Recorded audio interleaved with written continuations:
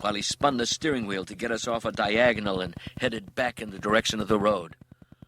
With the clutch engaged and the transmission in low, he gunned the engine again to build up torque and reached for the parking brake release as exhaust fumes billowed across the black water, and the roar of the engine echoed through thick stands of cypress.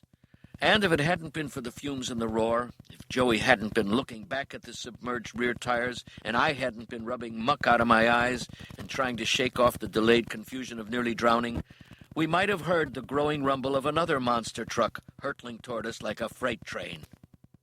I heard Joey shout and cuss, and the world exploded into swirling bits of glass and flying metal. Every bone and joint, every muscle and organ seemed to smash in one crashing millisecond of pain, and I was flying against the open passenger door and somersaulting once again into the swamp. Penetrating cold enveloped me, and I fought against the black ooze like a drowning animal. This time I came up fast and banged the top of my head on the truck's undercarriage. I hooked throbbing fingers over rusted steel and hung on, not out of conscious thought, but in a way a drowning man will grab another swimmer and pull them down with him into death. So strong was my need for something solid to hold on to. If the truck had gone under in that hurt and dazed second after the crash, I would have held on and gone with it. But it stayed. It stayed bottomed out across the submerged roadbed, with just enough air between the swamp and the rear axle for one scrambled head and 10 locked fingers. I blew the swamp out of my nose and mouth and let go with one hand long enough to wipe at my eyes and face, and the world fell back into place. Muffled voices carried across the water. I was on the left side of the roadbed, and my feet could touch something more solid than quicksand. My arms and hands worked. My legs and ankles ached but moved freely enough to rule out fractures or puncture wounds. I moved my neck to see if I could, and the voices came again, and I thought of Joey. Using an oversized rear tire for cover, I moved hand over hand to the side of the truck facing the vehicle that rammed us. An old two-tone Chevy Blazer, mounted on tractor tires, sat solidly on the roadbed. Its grille was smashed and separated by 3 or 4 feet from the decimated left front quarter panel of the truck. Above the Blazer's buckled hood, 2 men were visible inside the cab, and they were screaming at each other. The larger man sat in the passenger seat, but had turned and leaned in toward the much smaller driver, whose shirt front was gathered inside the big man's fist. The windows were up and the words inaudible, but the sounds of the 2 contrasting voices were fury, answered with fear. Turning away from the Blazer, I slid my hands along the rear axle to the other side to put the truck between me and what I assumed was a couple of homicidal Bodines. The passenger door I had shot through like a stream of tobacco spit was still open, and if it hadn't been spun into the swamp by the collision, my Browning was on the seat or on the floorboard or somewhere inside the cab. Moving around the right rear tire, I crawled up onto the roadbed and raised up onto my knees in the shallow water when I heard one of the Blazer's doors open. Up on my toes, and staying low now, I scurried to the open passenger door of the wrecked truck and popped my head up over the seat. Joey sat crumpled against the steering wheel. Blood covered the side of his face and neck and ran in a viscous stream from his right ear, and shiny bits of glass stuck to the splattered blood covering his head and shoulders. I whispered his name. Joey. Nothing. His left arm appeared to be wedged between his ribs and the driver's door. His right was tucked in front of him, pressed between his stomach and the steering wheel. Water splashed as one of the Bodines stepped out onto the roadbed, and I could hear his voice clearly. "Okay, damn it, I'm going."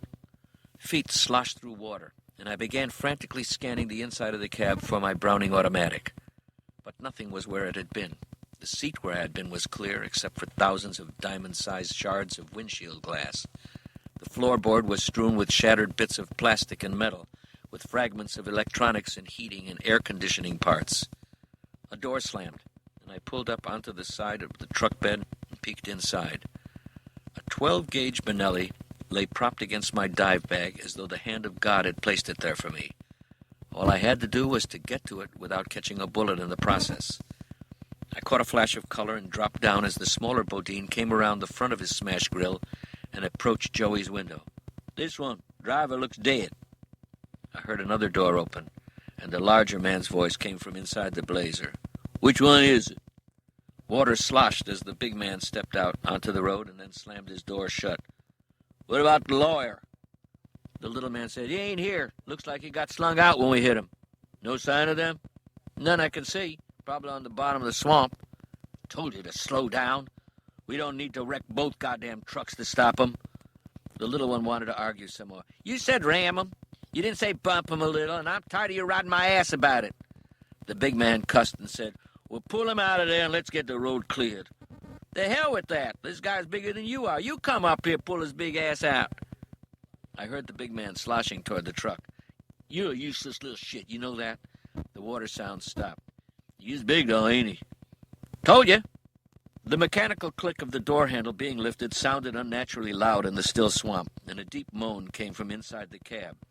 The small man yelled, "Shit, he's still alive!" I reached up and grabbed the top edge of the truck bed and sprang up out of the water with all the power left in my aching legs. My knees caught on the side, and I spun onto the truck bed and scrambled for the 12-gauge. One of the men screamed like a woman. My hands found the shotgun, and I jumped up to see the big man spinning my way with a short double barrel. I lowered the Benelli to fire, but the double barrel exploded first as Joey's door flew open and slammed into both men, sending a load of buckshot straight up and knocking both men over backwards into the water. The big man managed to lift up his shotgun and blindly blast one of the tractor tires before he sank out of sight. I stood in the truck bed with the Benelli trained on the swirling water. I called out, "Joey?" "Yeah." His voice sounded tight and strained. "You okay?" "Not dead."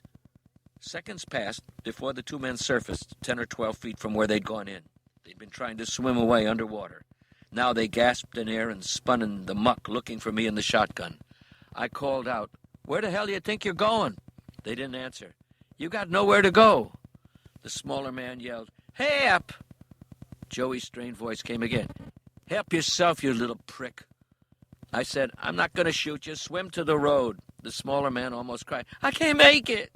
I said, "Then don't," and jumped down out of the truck bed and sloshed up to Joey's open door. Joey was sitting back now, his pale gray eyes shining through a mask of blood and windshield glitter. I said, "I thought you were dead." "Thought the same thing about you." He spoke with his teeth clenched. "Better keep watching the water." I nodded and turned to watch the two men flail around in the swamp. I asked, How bad are you?" "Looks like a broken jaw." Joey's voice sounded even weaker than before. "Yeah, something wrong with my left leg. Can't move much." I nodded. "We'll take the Blazer. Get you to a doctor." "You going to drive right over the truck?" The monster truck was completely blocking the only way out. I said we could try to push it out of the way of the Blazer, but we could end up with both trucks underwater. Joey was quiet. "I guess there's probably somewhere to turn around along here, but..." I looked back and Joey just shrugged. I went on, "We don't know where it is. We've been having enough trouble just staying on the road in here. So I guess we load you into the Blazer, and since the road's underwater and we don't know anywhere to turn around, I get to try to drive backwards through this mess till we hit dry land."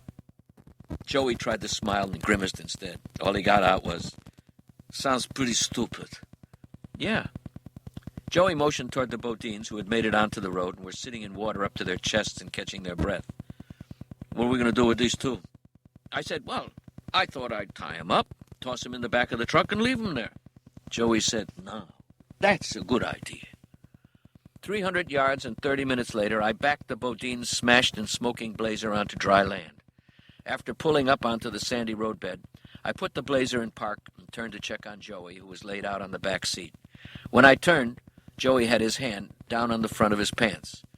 I said, "Bored?" Joey just unzipped his pants and said, "Turn around.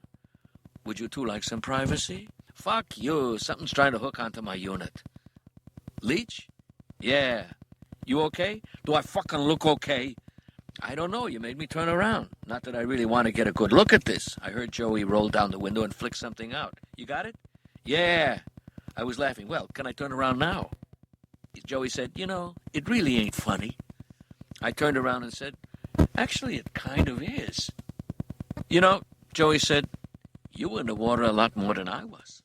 I stopped laughing and got out of the Blazer. After a short inspection, I climbed back in and said, "I tried the flip phone. It's a goner. I don't know what else to do but try to get to a phone or maybe a CB at Carpintero's compound and see if I can get a life-save helicopter or boat to come out here and get you." Joey just nodded. "You got a better idea?" Joey reached up to rub at his eyes. "No. How far is it to the compound? Not far. You can keep driving until just before you get to this little bridge. There's a place there you can pull off and hide the blazer. I guess he saw the worry on my face because he added, I ain't going to be any safer here than I am there, and you'll have the vehicle close by. I turned around in the driver's seat and maneuvered the rickety gear shift into first. So, I said, I guess it's time to meet the hammer. It was almost 8 o'clock when the little bridge came into sight. I pulled off into a stand of scrub pine, and Joey told me as much as he could about the compound's layout. I left my cut, bruised, and broken friend stretched out on the back seat. I took Joey's little Walther PPK and started out through the underbrush to the camp's perimeter. Joey told me there would be one guard at the entrance, so I circled around to the side of the compound and, keeping a huge butler building between me and the road, moved into the clearing. Running low and feeling ridiculous, I checked out the buildings for communication equipment. One warehouse was just that, full of machinery, firearms, and rum, and more cigars than I thought were in the world. The cavernous metal building was stuffed with all the things the Bodines had been smuggling with, things in demand on the black market. The second warehouse was the weird one. A padlock secured both doors, but large windows had been mounted in opposite walls, and morning light flooded the place. It looked like a high school chemistry lab full of long tables with beakers and test tubes and electronic machinery. From the window, I could see 3 desktop computers. Besides the warehouse, there were 2 smaller buildings. One looked like a makeshift home, with a porch across the front, and a vintage Mercedes and a new Explorer parked out front. An old air conditioning unit droned in a side window. The other smaller building had a porch too, but looked empty. If it's possible for a building to look empty from the outside, but that's how it looked. And so that's where I went. And that's where I found an unlocked door, 4 filing cabinets, a metal desk, and 1 beige telephone. An engine roared. I sprang to my feet as the Mercedes that had been parked outside the only occupied house in the compound threw a cloud of dust into the air as it rounded the small warehouse and headed for the road. I ran for cover behind the empty shack. An explosion shattered the morning air, and the car swerved and burst into flame and crashed into the porch. I dove to the left to avoid the car. I landed and rolled in the sand and sat up. I walked over to examine Carpintero and the wrecked Mercedes. On the leather seat beside him were an automatic pistol, a black leather briefcase, and a nail gun with a portable compressor next to it. I retreated around the corner of a warehouse. Minutes passed. I listened and waited. Finally, I noticed there were a woman and a little kid in there. This was not an oak security door on $1 million beach house.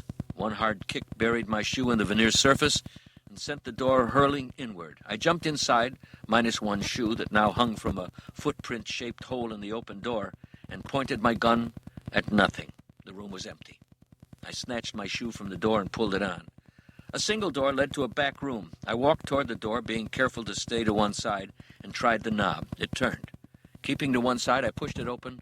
3 shots spit through the opening and splintered wood across the room. Shit! I cried, "You're surrounded!"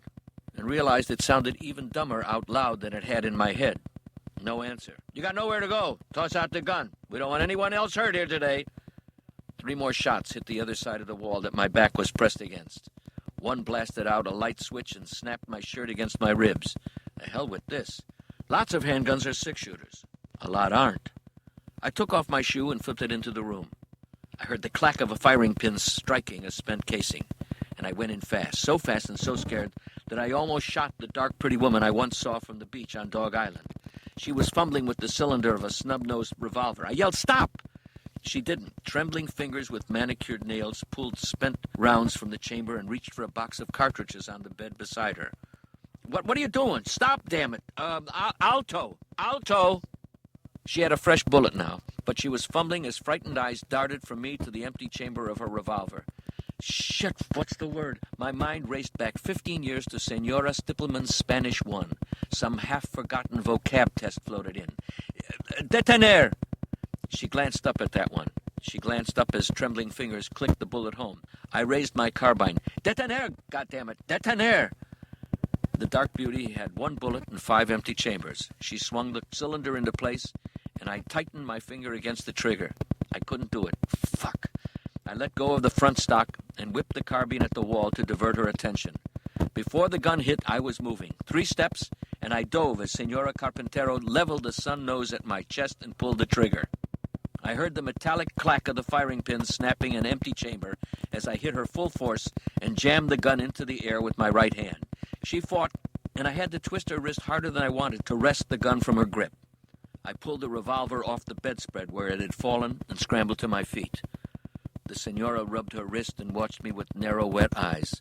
I popped open the cylinder on her handgun and let the one good bullet drop to the floor. When I did, she sprang off the bed and ran for my discarded rifle. She almost made it. I got a handful of blouse and spun her back onto the bed.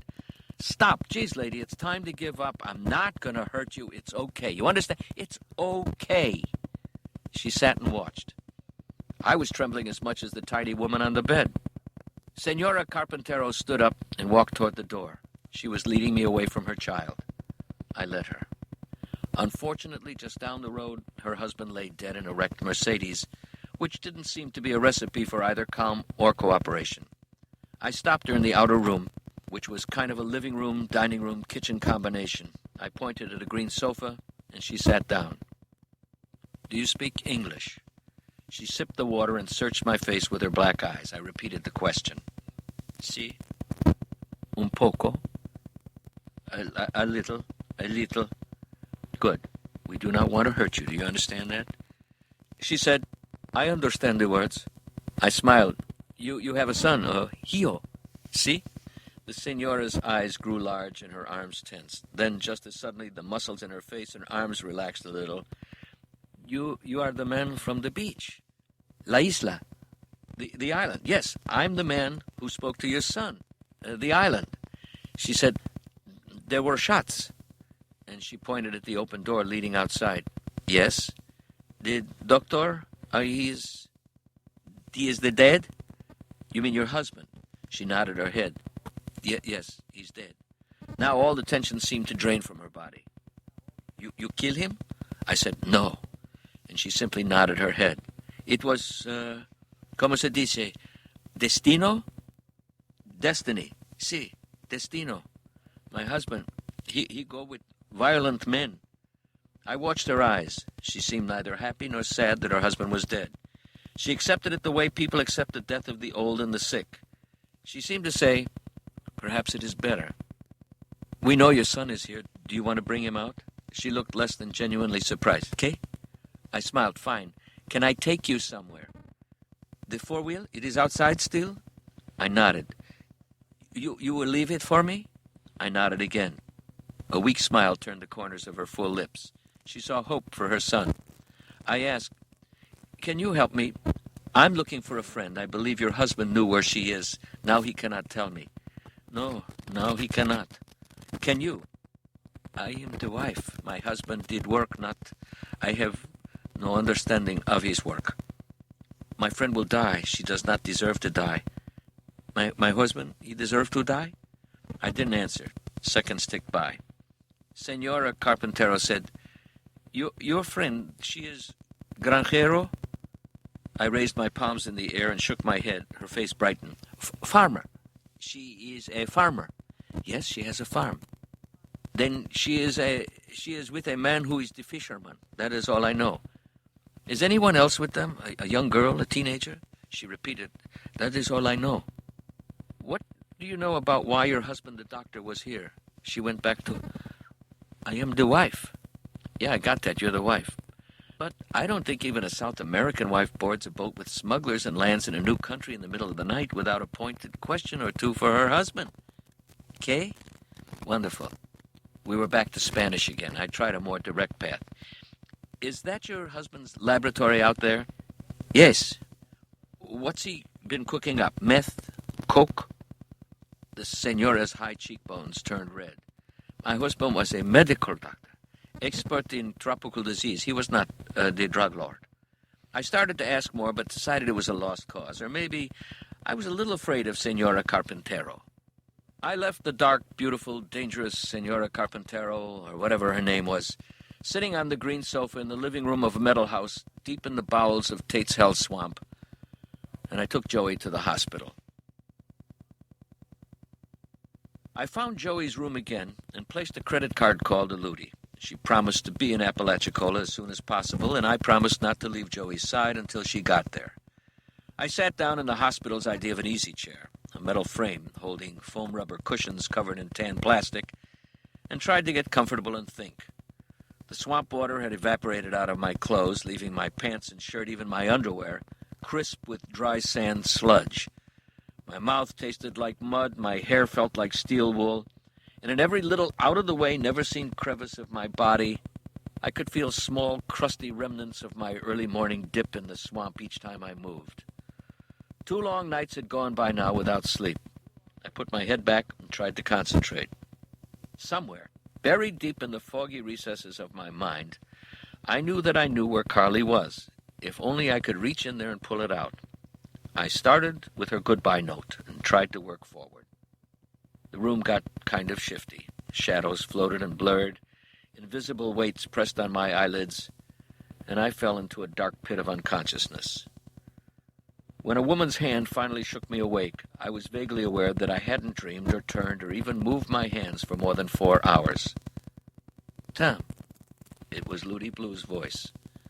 I think I said, "Ugh. You okay?" I sat up and moved my head around, trying to roll the crick out of my neck. Fine, just tired."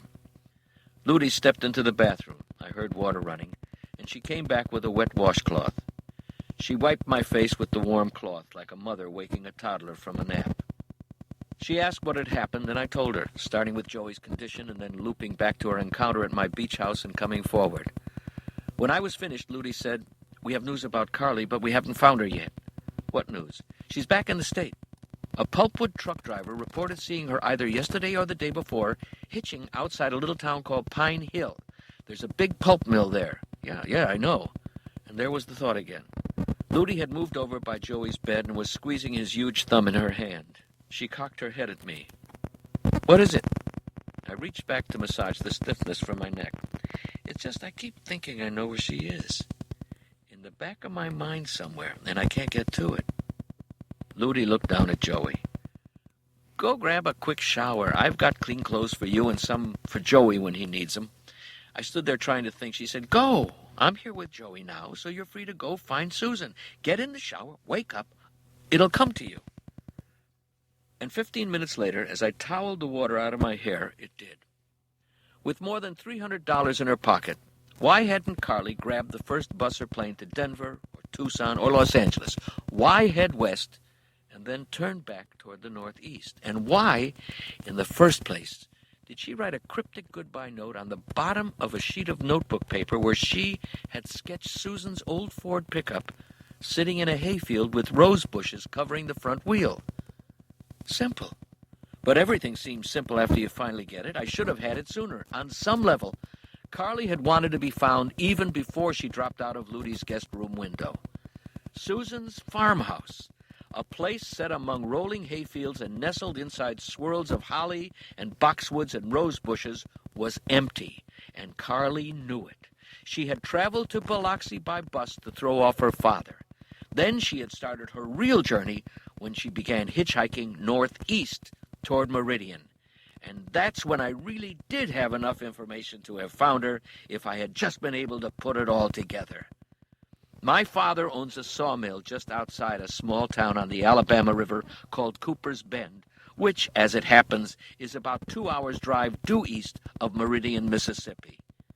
If you drive to the side of town opposite the mill, cruise a few miles up a county highway called Whiskey Rum Road, turn down a narrow dirt road and follow that for 400 or 500 yards through cow pastures and stands of loblolly pine and water oak, you come to a mailbox that marks the entrance to the farm that Susan Fitzsimmons had shared with her crazy artist husband before he was murdered.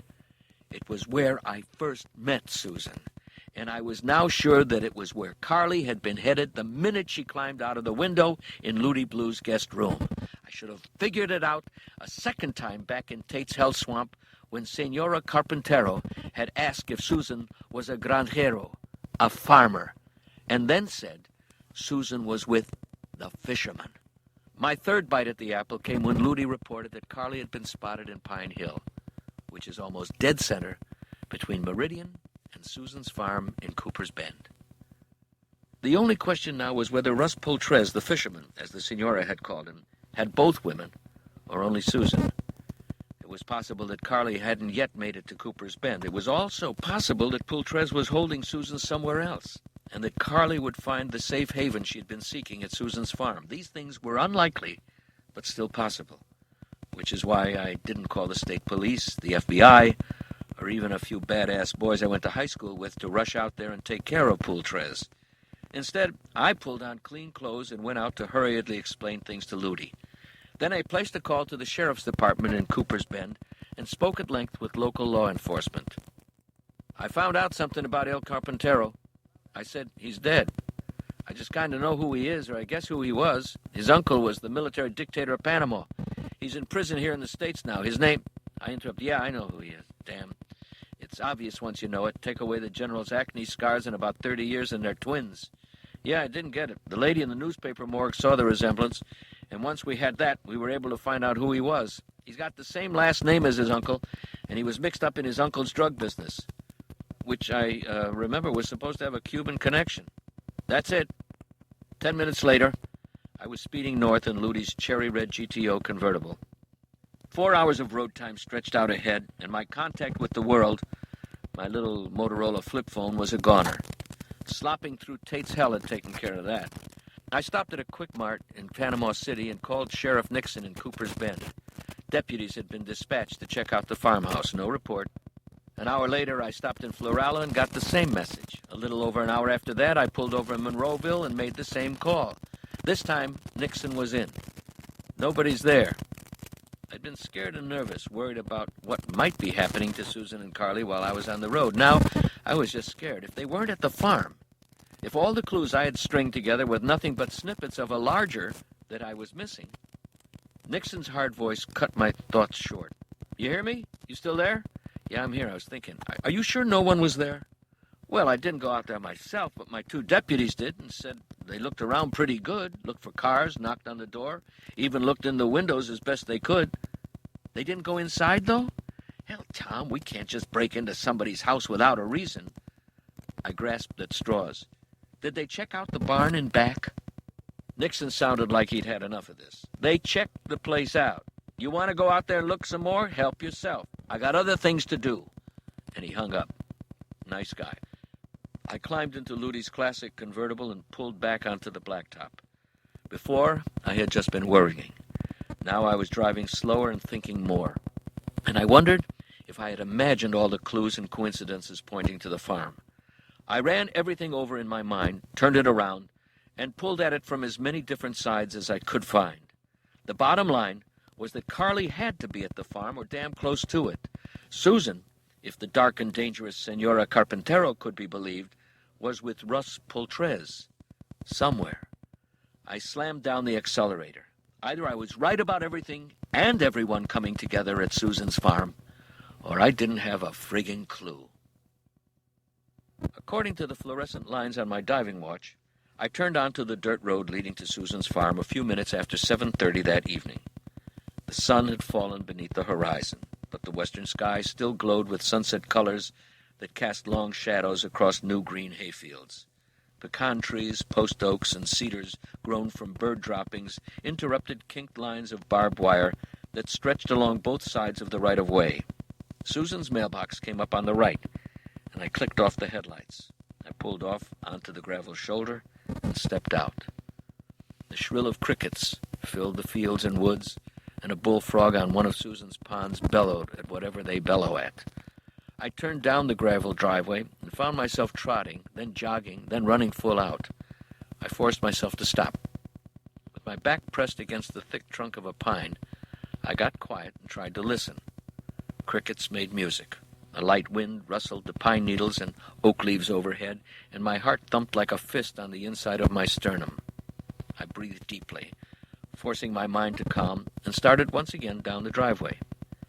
Staying close to cover along the roadside, I walked slowly around the last small curve of gravel and dropped to one knee when the house came into view.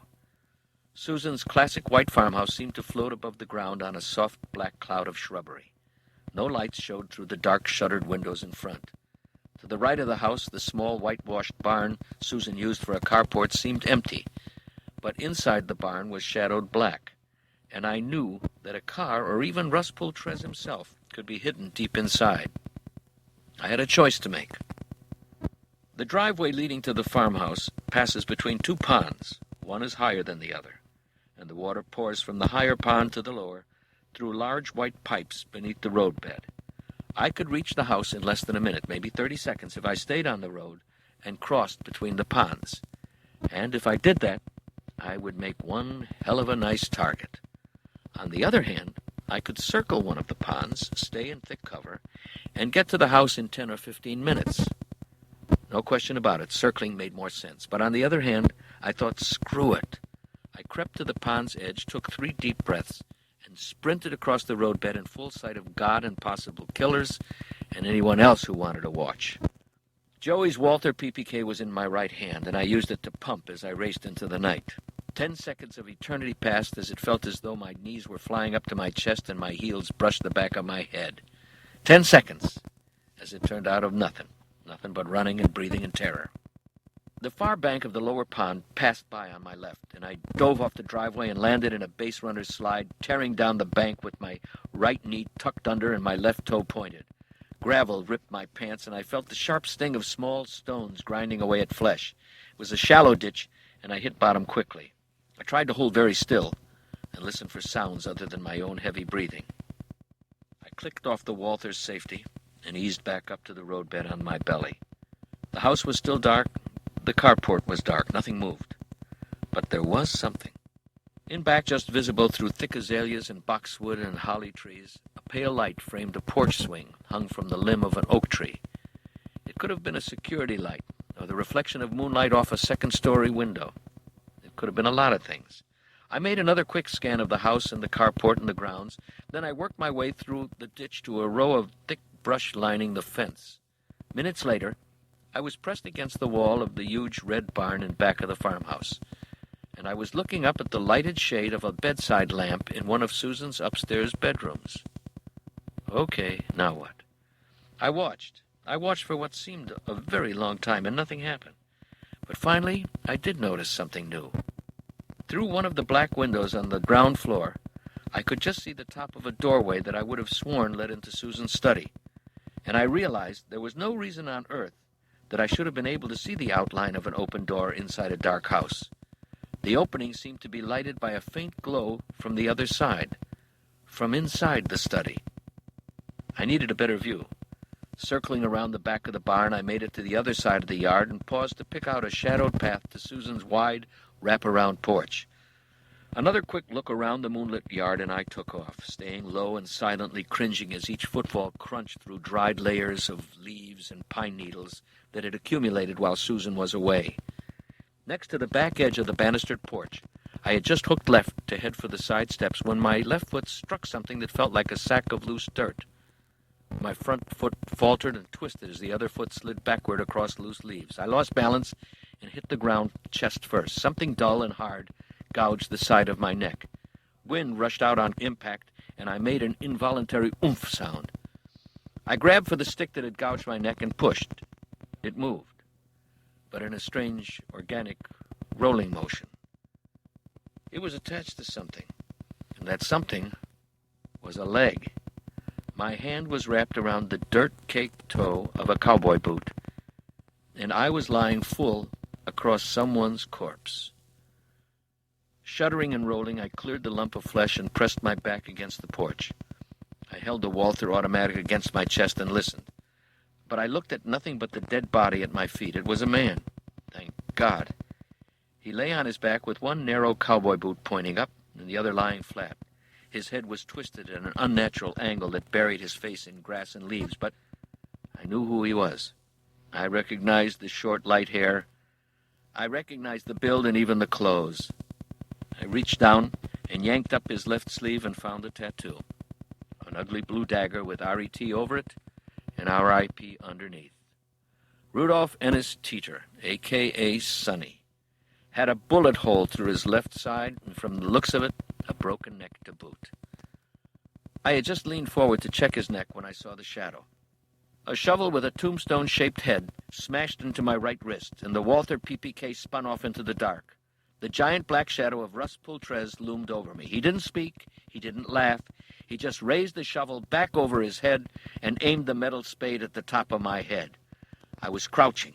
I came up fast, burying my head in his gut, clamping his legs with my forearms and driving with my legs. Poultreuse managed to bring the shovel down in an excruciating shot to my lower back that shot hot waves of pain from my butt to my shoulder, but I had him off balance. The big man went over on his back as I jammed my head and all the weight behind it into his belly. I somersaulted over his chest and landed just over his head. My right hand was numb. I jammed the fingers of my left hand into my hip pocket and came out with the switchblade that Sonny Teeter had donated to Joey in the parking lot of Mother's Milk. Poultreuse was big, even bigger than Joey, but he didn't have Joey's speed. My fingers found the chrome button on the side of the yellow knife handle, and I felt the blade click open as I spun around and slammed my right elbow into the big man's face. In the same instant, the long, thin blade protruding from my left fist found the soft flesh of his neck, and just as Joey described it on Dog Island, I jammed it in up to the hilt and twisted with all my strength. Hot blood gushed over my fist and down my forearm. Russ Poultreuse shuddered and fell limp. In an old cattle trough next to the barn, I washed off Poultreuse's blood in a shallow pool of rainwater.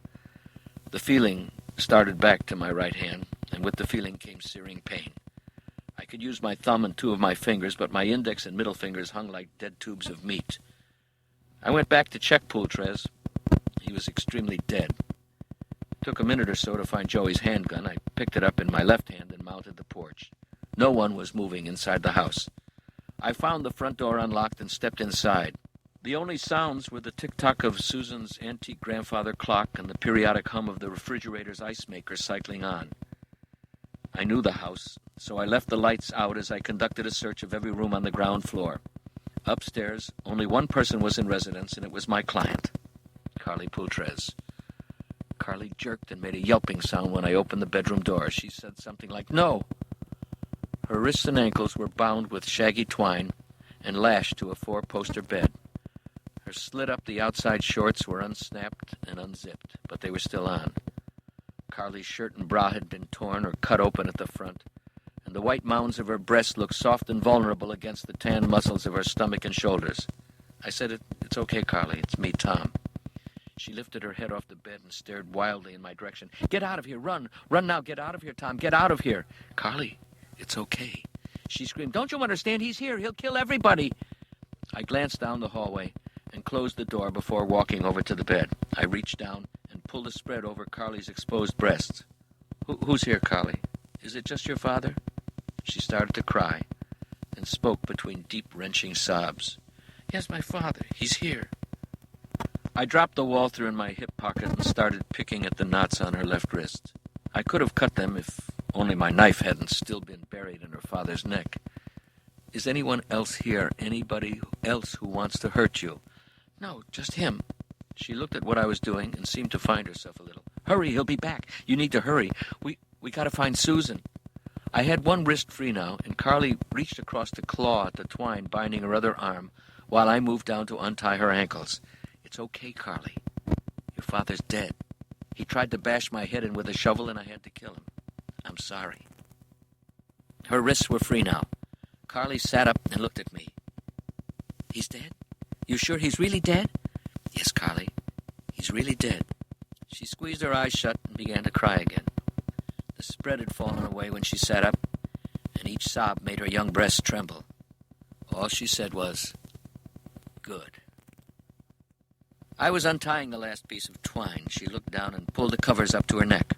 I said, "Do you have any other clothes here?" She seemed to be coming into the present. "Yeah, in my bag. It's over in the closet there." I walked over and opened the closet. As I bent over to pick up her backpack, she said, "I put it in there yesterday when I first got here. Before I knew Susan and before I knew he was here." I dropped the backpack on the bed. I felt stunned. "Susan's here?" Carly came a little unfocused, then said, "She was here. He couldn't handle her and me at the same time, he said. He said he was going to shut her up and save her for later. He said she was going to be dessert." She started to cry again. Is she okay?" "I don't know, I guess." "Carly, was Susan hurt? We found a lot of blood in the room where they kidnapped her. The girl's eyes focused. No, Susan wasn't hurt when I got here, unless since then. Did he leave the farm with her? Carly stopped to think. No, I don't think so. He wasn't gone long enough. At least, I don't think he was. She gazed off at the wall. He tied me up before they left. He was gone a while, and I heard him downstairs banging around the kitchen, fooling with the TV and stuff. Some time went by. I heard him come up the steps and open the door. That's when he tore up my clothes and got his hands in my pants. Carly, don't. She shrugged and reached for her bag, but it was feigned callousness. He's done worse. I know he has, Carly, but he won't anymore, I promise. Nobody's ever going to hurt you like that again. I patted her calf. Get dressed. Take a shower if you need to. I've got to find Susan. And I left my young client sitting on the bed, staring at the little collection of possessions in her backpack. I trotted downstairs and walked quickly through each room, flipping on lights and checking closets as I went. Susan was not in the house. Like most Americans, Susan had a flashlight in a drawer in the kitchen. I found it rolling around among batteries and matches and scissors and tape. I clicked it on and left through the back door. No one had disturbed the barn that had been Bird Fitzsimmons' studio, and the carport was empty. I could think of only one other place to lock someone up. At the rear of the house, I found 4 50-pound bags of fertilizer stacked on top of the door to Susan's bomb shelter. Susan had shown it to me 6 months before when I needed a place to store my dead brother's stolen money. Some prior owner had built it during the 50s atomic bomb scare. Susan had used it as a root cellar. I tossed the bags aside, yanked open the door. Susan! Tom! She walked forward into the flashlight's beam. Are you okay? Susan squinted into the light. Pultreza's here. Not anymore. Susan is tough, and she seemed unhurt. I told her Carly was inside the house getting cleaned up and changing clothes. What did he do to her, Tom? Maybe she should tell you about that. Susan looked scared, so I added, he didn't rape her. Just, ripped her clothes, touched her, I think. We were up on the porch now. Susan reached over and rubbed her hand over my back and said, thanks. I cringed. She had managed to rub over the imprint of the business end of Pultreza's shovel on my lower back. She stopped and faced me. What did he do to you? I smiled. Hit me with a shovel. God, is that why you're holding your hand funny? Yeah. Is it broken? Well, yeah. Susan pushed open the door. Go in the kitchen and put some ice on that. I've got to go check on Carly. I'll come to tend you when I'm done. She looked at me. Go. So I went. And as I went, I was all but certain I heard mumbled words containing, among other things, the words ridiculous and macho coming from Susan's direction. In the kitchen, I found a family-sized bag of Green Giant LeSueur early peas in the freezer, bopped it on the counter to break up the frozen peas a little, and draped the bag over my broken hand. Then I walked over to the little built-in kitchen desk, picked up the phone, and punched in 911. I relayed my predicament to a bored municipal employee and hung up. Not 5 minutes later, I heard a loud knock on the front door. Susan was still upstairs with Carly.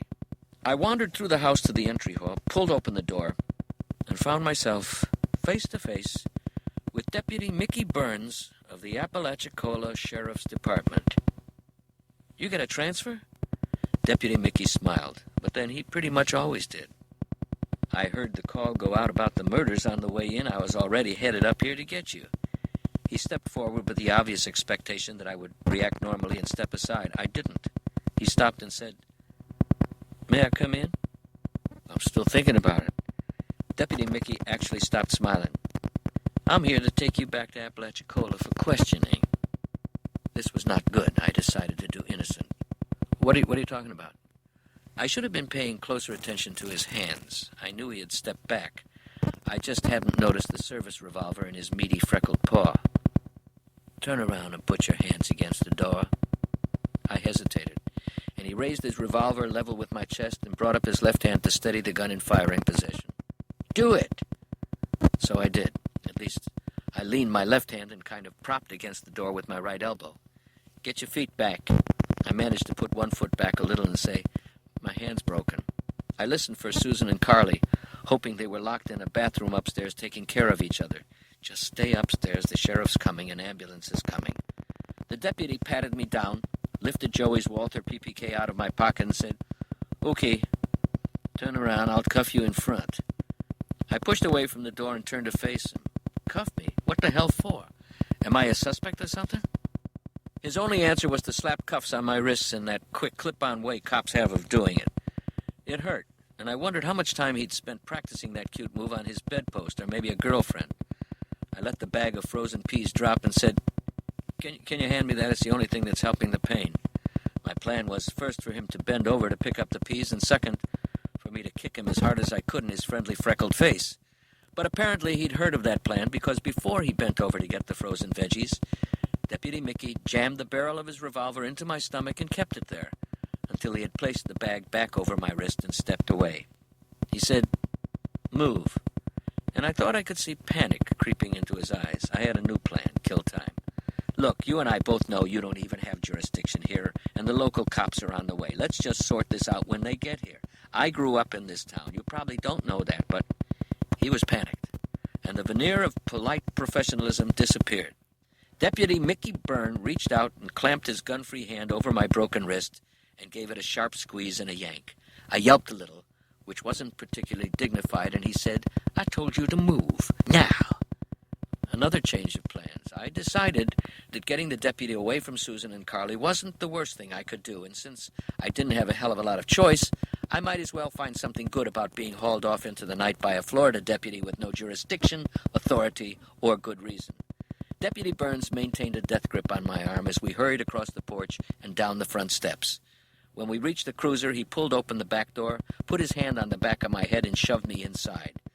Peering out through the steel screen separating the back seat from the front, I could see the flash of moonlight on the deputy's equipment belt as he sprinted around the front of the vehicle. He literally jumped inside. The motor roared, and I fell sideways as the grinding noise of tires spinning through loose gravel filled the air. I righted myself in time to see Susan's twin ponds streaming by the side windows. The trees across the way were coming too fast, and the cruiser fishtailed through a small curve as it left the ponds behind. We spun and swerved over another quarter-mile of dirt road. But the deputy never lost control, and he had made it out to the highway and covered another 3 miles toward town before the sweeping red lights of the ambulance met us. The deputy slowed, and a quarter-mile later, representatives of the Coopers Bend Sheriff's Department appeared over a hill in a wash of swirling blue light. Unfortunately, they weren't interested in us. They were speeding toward the charming country farmhouse where I had just discovered one corpse and deposited another. We'd been riding for a little more than an hour. I'd been trying to think. I guess my captor had been doing the same. I decided to try a little conversation. "Where are we going?" "Where do you think? I mean, are we going straight to the Apalachicola Sheriff's Office, or are we going to the hospital, or what?" He didn't answer. I was beginning to feel ignored. A minute or two passed. Deputy Mickey plucked his mic off the dash, looked at it like it was something he'd never seen before, and put it back. Then he reached over and punched the button on the glove box. The door fell open, and a little bulb lighted a haphazard collection of maps and what looked like paperback field manuals. Burns shoved a freckled hand under the maps and stuff and came out with a thick mobile phone that had coiled wiring hanging from it like an oversized tail. I said, "Who are we going to call?" The deputy glanced back and forth from the road to the phone as he pulled a cigarette lighter from the dash and replaced it with the phone's adapter. I decided to try again. You think I could use that thing to call a lawyer? It'll make things go faster when we get there." Again he didn't answer, and it was becoming clear that we were not going to be friends. Instead of engaging me in dialogue, the good deputy punched a long series of numbers into his phone, then pressed it against his ear. "This is Burns. I got him." Silence. No problem. We ought to be there in 3 hours or less." Silence. "Yeah, okay." He punched a button and put the phone on the seat beside him. I leaned up close to the metal screen, separating me from the front seat. "What's wrong with your radio?" "Shut up, McGinnis." "I was just wondering." "You want a drink of water, you can get one when we get there. You need to take a leak, you can piss your pants. You want to use the phone, well, you're shit out of luck. Now, that's all the conversation we're going to have. Any more questions? I'm going to pull over the side of the road and cuff your hands and feet together and stick a rag in your mouth. You got that?" I said, "Got it," and lay back against the seat. Might as well get comfortable. 3 hours later, when we cruised straight through the municipality of Apalachicola, Florida, without stopping, I got a lot less comfortable. After Deputy Mickey Burns turned north on 65 and hung a right into Tate's Hell Swamp, I felt downright miserable. Burns followed the same route Joey had taken the night before. We were going to Carpintero's compound.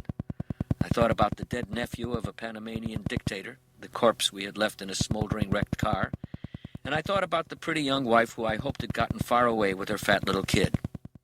I wondered how Deputy Mickey planned to get his patrol car across the submerged road that led through the swamp without either drowning out the engine or sliding off into the ooze. But as we rounded a curve and approached the sawgrass field, the question was answered with the headlights of half a dozen pickups and 4x4s.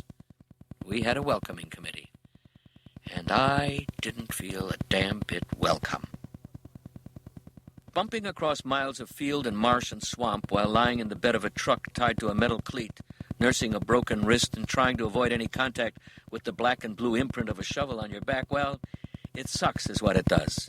Deputy Mickey Burns had departed, leaving me in the care of 8 guys with long hair, multiple tattoos, and expensive jewelry. And it quickly became obvious that the caravan of 4x4s was indeed headed for Carpintero's compound. With each new jolt of hot pain in my wrist, my breathing grew more erratic, and another ounce of hope floated away and drowned itself in the slimy black water that surrounded us. I tried to think. I couldn't. I was too damn scared. Even with jarring pain, even lashed to the cleat of some redneck criminal's truck, being alive was better than what waited at the compound. So I felt no relief when the 6-car caravan entered the compound and parked in perfect order beside 2 more off-road vehicles. For some reason, I glanced at my watch. It was close to midnight, and the swamp was full of the sounds of crickets and frogs and nightbirds.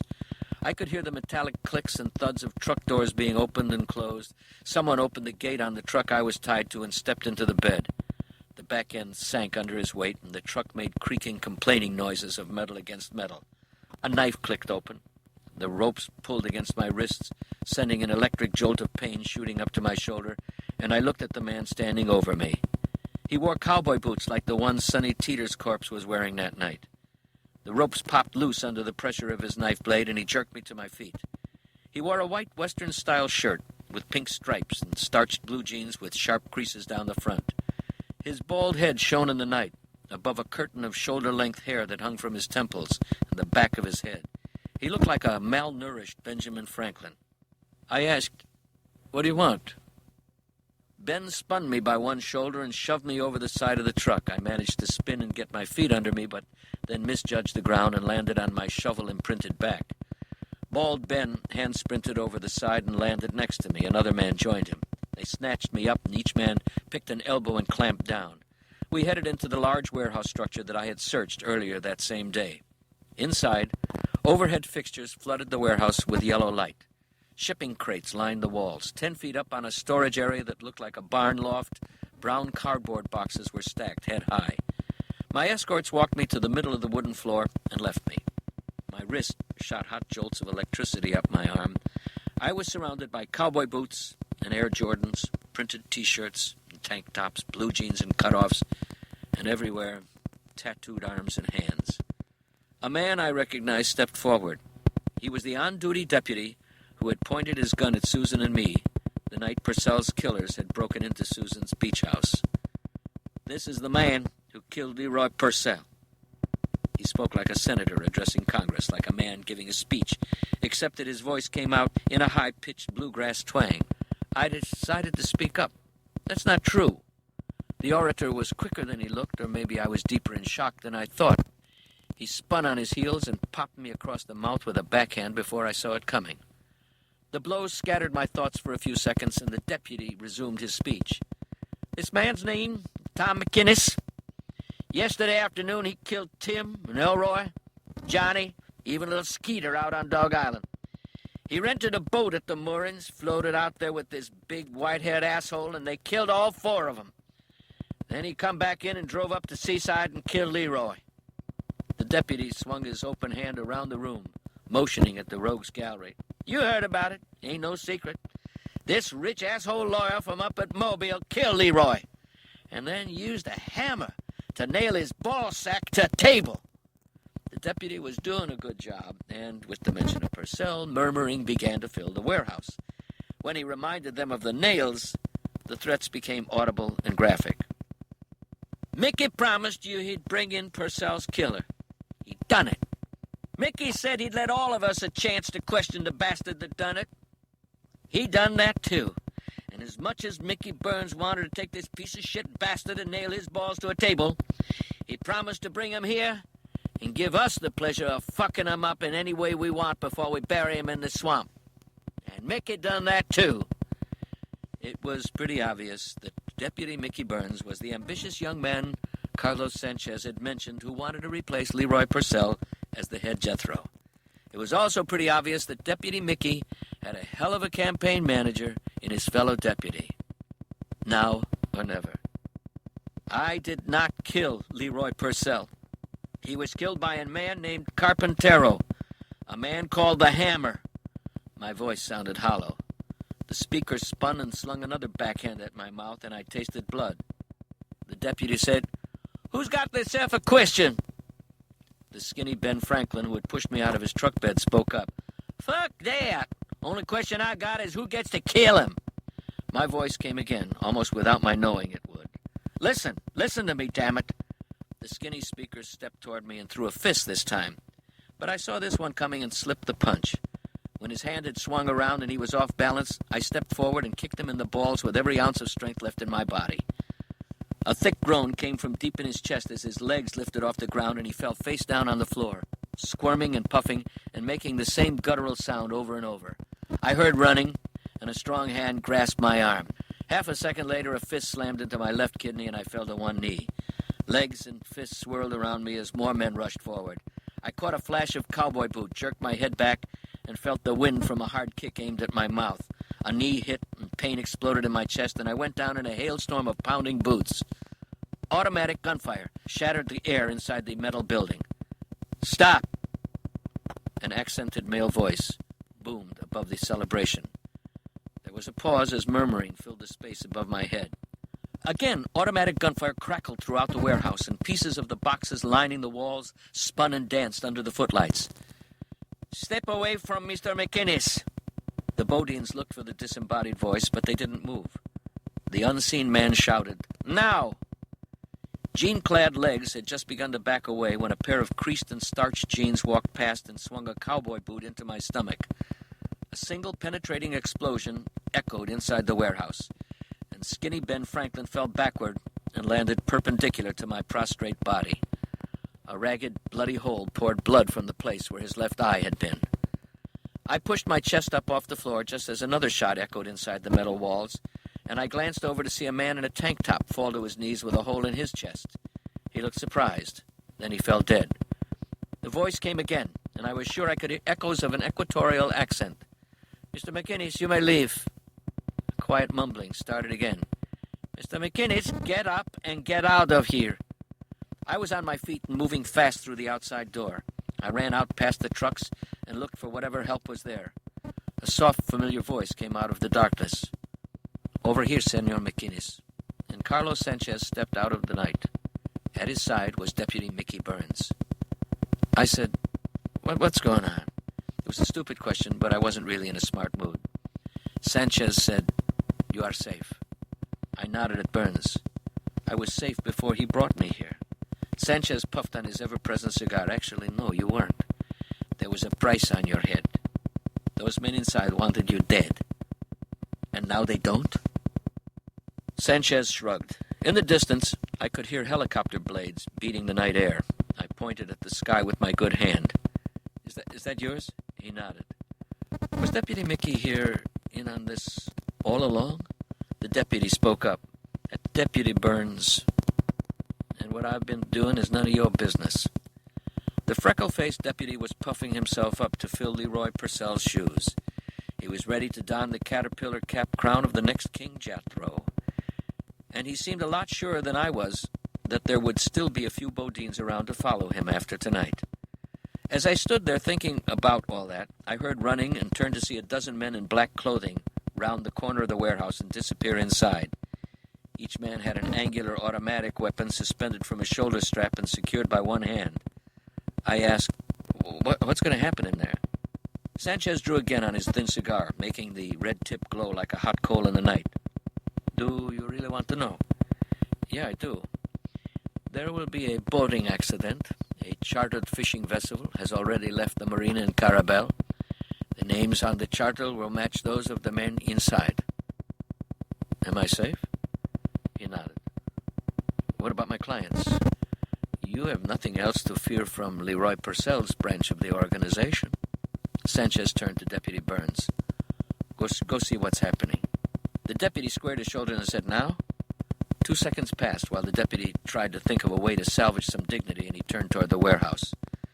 I looked up to search the stars for the helicopter, and a pistol fired next to my ear. I fell to one knee and froze.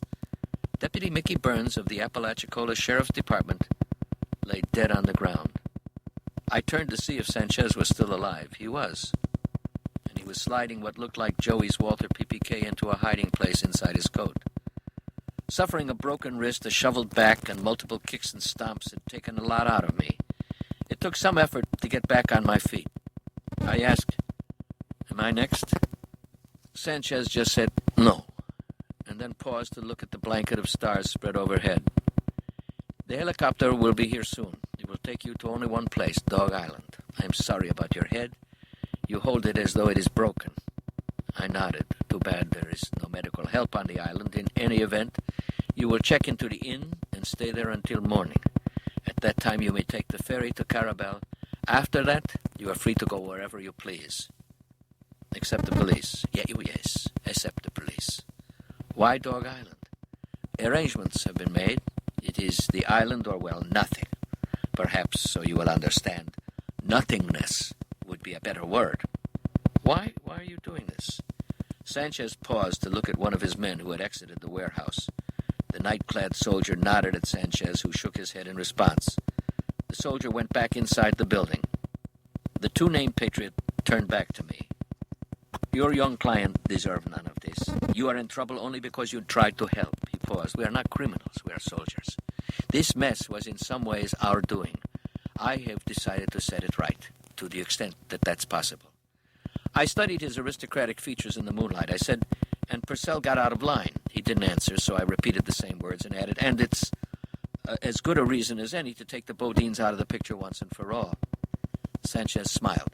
As I said, we heard you were smart. Suddenly the helicopter appeared over the treetops and dropped its tail as it began its descent into the compound. I yelled over the blades, One more thing! Sanchez looked at me. Whose idea was it to bring a dethroned Panamanian dictator's nephew into the country? Carlos Sanchez rolled his cigar between manicured fingers.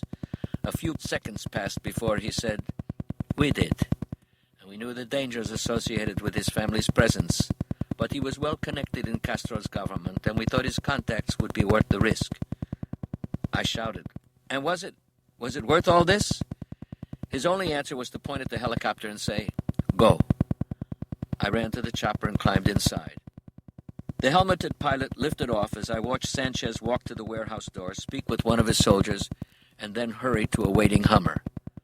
As the helicopter climbed into the night sky and leveled out over the black mass of oak and cypress treetops, I could have sworn I heard the jarring staccato pops of automatic gunfire echoing inside that warehouse and splintering the night air. Bright sunshine filled the bedroom. Cool spring breeze floated through open French doors, softly ruffled the sheets, and lifted me out of a deep, satisfying sleep. I smiled and reached over for Susan.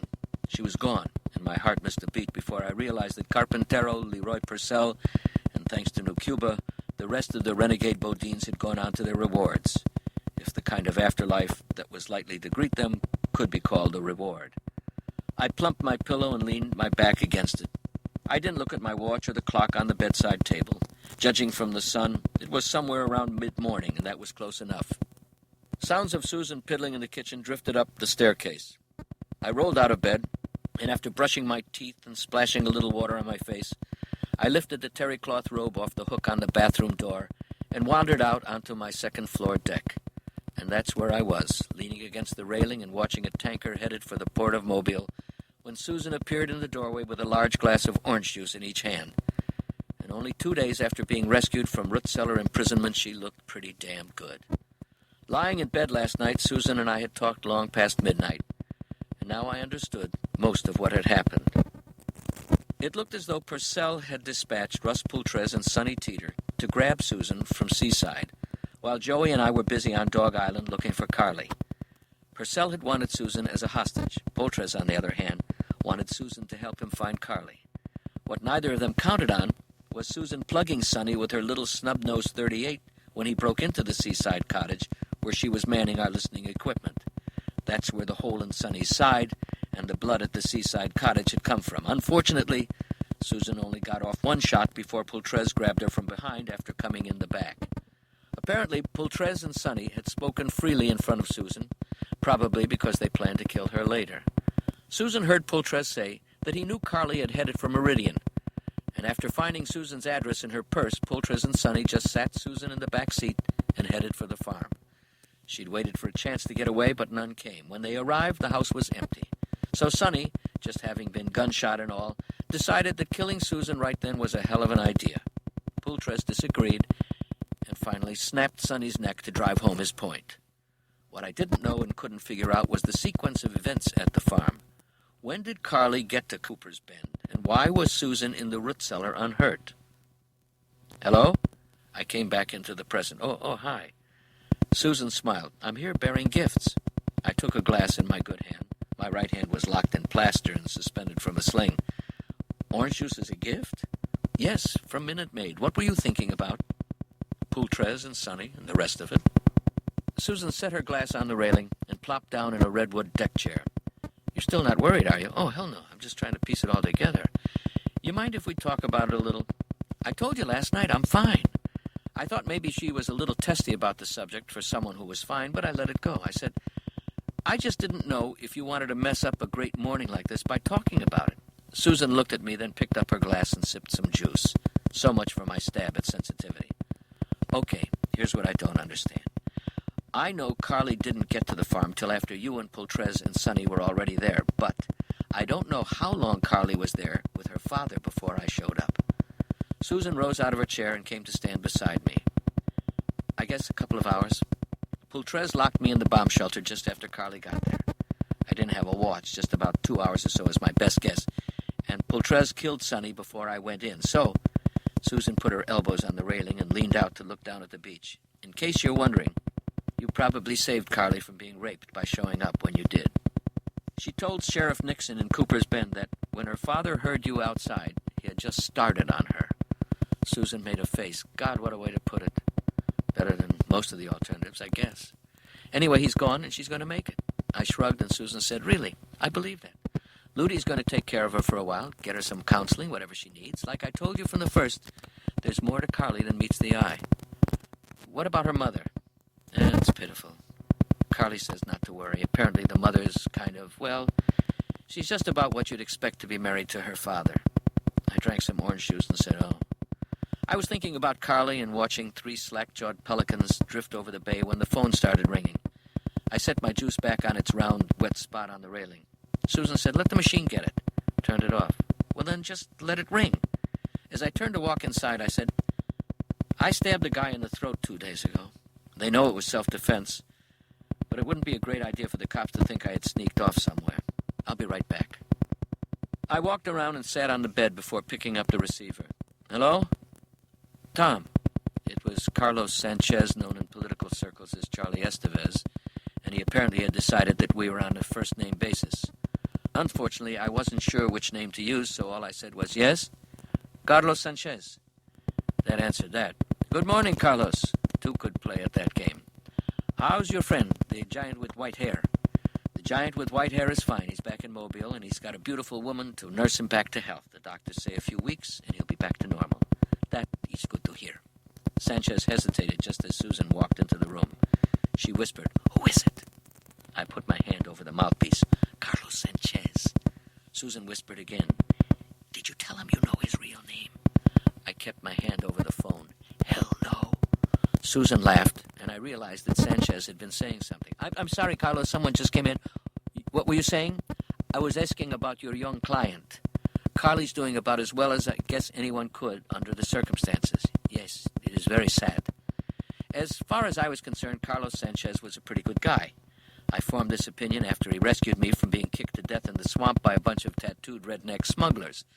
But I did not believe he had called my home to check on my friend's health and well-being. He wanted something. Why did you call? We have a problem, and it could turn out to be your problem, too. he had my attention. Someone is missing. Who? The carpenter. With what happened to Leroy Purcell, well, I don't need to tell you what kind of attention such a psychopath could focus on my organization. Then I take it Carpentero's done this before? Sanchez hesitated before answering. Yes, I am afraid the Hammer, the Carpenter, whatever name you want to use, is quite famous among former political interrogators in Central America. I didn't think that kind of thing went on down there anymore. Well, with the spread of democracy, it is certainly not accepted practice anymore, which is one reason El Carpintero was looking for a new venue. And you were going to supply one? What? No, senor. I decided I had jerked him around enough. Carpintero is dead. You have seen the body?